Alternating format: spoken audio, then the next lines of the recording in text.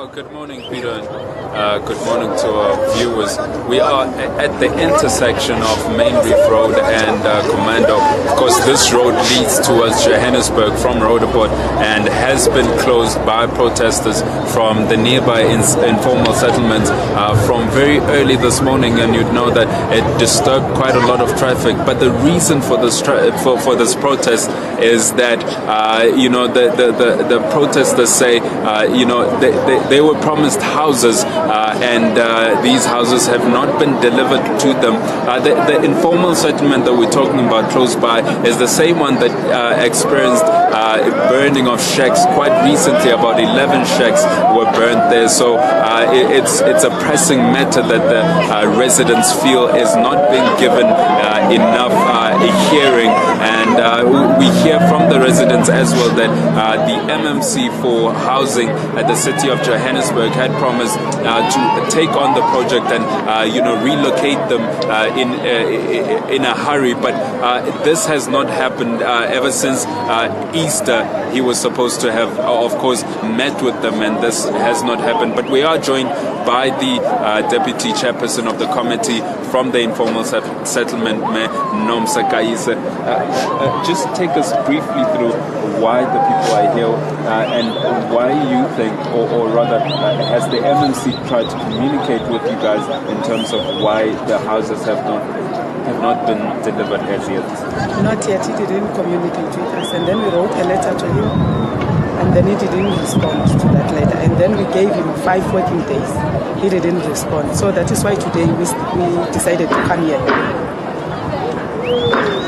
And how many houses have already been allocated at the moment? It's 100 and something. I'm not sure.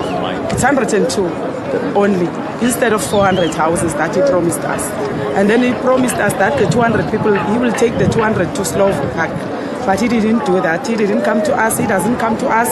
He doesn't communicate with us at all. He promised us that before Good Friday and after Good Friday, he will come to have a meeting with us. But he never came. And is this politically motivated? Are the people here influenced by politics? I heard earlier that they were saying no housing, no vote. Is it politically driven? Yes, the people, they say so because they are angry now. Right now they are angry. So that is why I'm pleading to MMC Denbovu that he must come, at least he must take 20 people to the housing so that the people can see that there is improvement in Zambian.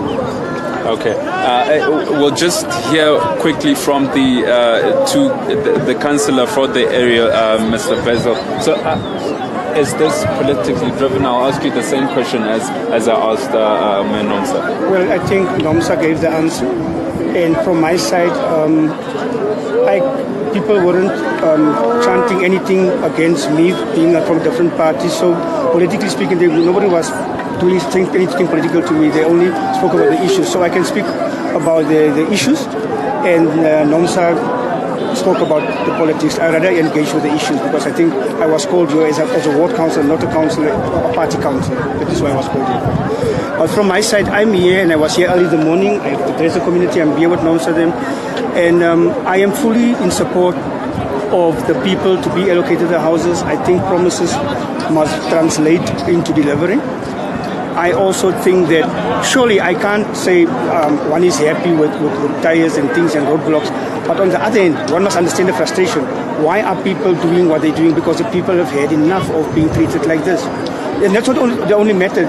There's other methods such as there's no electricity there while Tembelethle is being electrified. They're not even electrified there. Cables are cut regularly, and the next best thing is people connect again, and there's then issues. And let me tell you about the type of houses. Many of them are not just corrugated iron shacks. Those are plastics, cardboard, pieces of wood. There's fires, enough fires. I think you spoke of one. There was one when there were 75 people up there when that man died. Remember that one? That was last year. And I mean, people can't be casualties of fires all the time. People need promises. People need delivery, not promises. And being here, we're waiting here. Somebody said Bovu's coming, and I hope he's really coming because I see my colleague here, the chairman from ANC, is with me here. and I'm here, and we're working in collaboration, because that is why I said I don't want to get into the ethos and pathos of politics. People, they make their cross, they will decide how they're going to make their cross. But for me, the issue is real, and the issue needs attention. All right, thank you, Mr. Bezel. Just lastly, we just want to speak to the ANC Deputy Councillor for the ward. So you say you've been engaging with the AMMC and the set structures organizations that were supposed to deliver. What has been the response from them? Thank you very much. No, the delivery will take place. I think it's just a matter of a slow pace of delivery.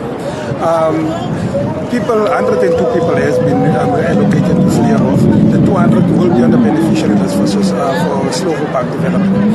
The issue is it's a slow pace, and I understand the frustration of people, because when one benefits, everyone expects to benefit. So, but it's a real issue, and we also feel for the community, because these check fires, when it happens there, it is a real terrible situation. People lose their lives.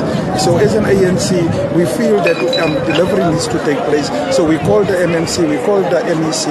The MEC send the MMC to first come and address the community, and then see how they can expedite the situation so people can be allocated for a decent, livable accommodation. Thank you very much, gentlemen. There you have it, Peter. We are expecting the MMC for housing in the city of Johannesburg to come and address the residents. They say that they will not open up this intersection until the MMC for housing in the city of Johannesburg comes to address them, as it should have in Easter or just after Easter. Victor, we had a chat with the Johannesburg Metro Police Department spokesperson, Mr. Wayne Minna, earlier this morning, and he said that there were thousands of individuals there and they were stoning passing vehicles. Do we know if there has been any arrests made so far? Also talk us through the police contingency there. Is there a large amount of police, or maybe just show us what exactly is happening there currently on the scene? Of course, Abigail. Well, let's start with just showing you what's happening on the scene. Just from our left, which is the Commando Street leading towards China Mall and into the rest of the area. There are quite a number of people already here. You can see from the street that there were tires that were burned very early in the morning. Of course, the people are now. Of course, people are now quite tired of, they've been protesting for quite a while, and so they're sitting down and they are waiting for the MMC. Are still, burning at the moment. And if we can just show you from the bottom there, that's down towards Roodepoort. There is a police or traffic police contingency that's currently there and has been there to try and tell motorists that are driving up not to drive through, because of course they will be turned back by the protesters. And towards our left there are more police officers and more protesters that are currently sitting down, and more tires that were burned earlier this morning. If you can see just towards Commando Street, there are big concrete slabs that are put on the road to deter motorists not to drive through. Of course, these protesters have been, turning back quite a lot of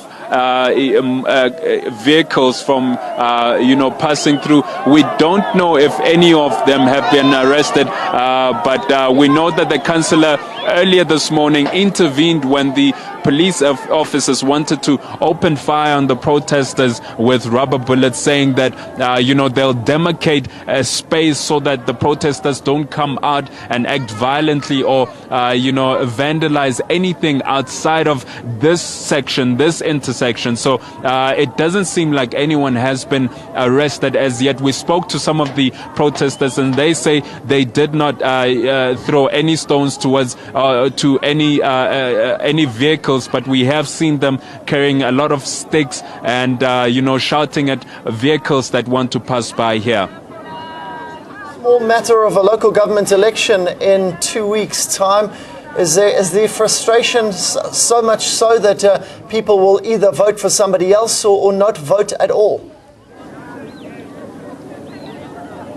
Well, the chant that has been chanted ever since this morning, and some of the banners or some of the banners that were brought up here were saying one thing, which was that there will be no vote in Riverlea if this housing situation is not solved. So it's clear that it's not a matter of saying they'll try and vote for another party except the ruling party, or try another alternative. And as you heard from the ANC chairperson in the ward and the DA councillor, it's not politically motivated. So it's clear that the protesters don't want. It's either they get their houses or they will not vote at all. And it's also clear that if this situation is not solved today, it will continue. This current violence or this current protest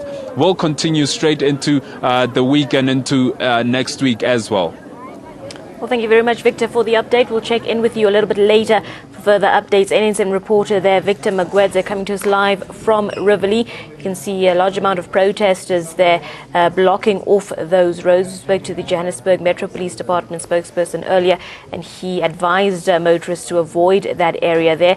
Apparently, motorists are being screamed at, shouted at, and stoned as they're trying to pass by. So we do advise all our viewers to try and avoid that area if you can. A huge police presence there around the Riverlea area as well.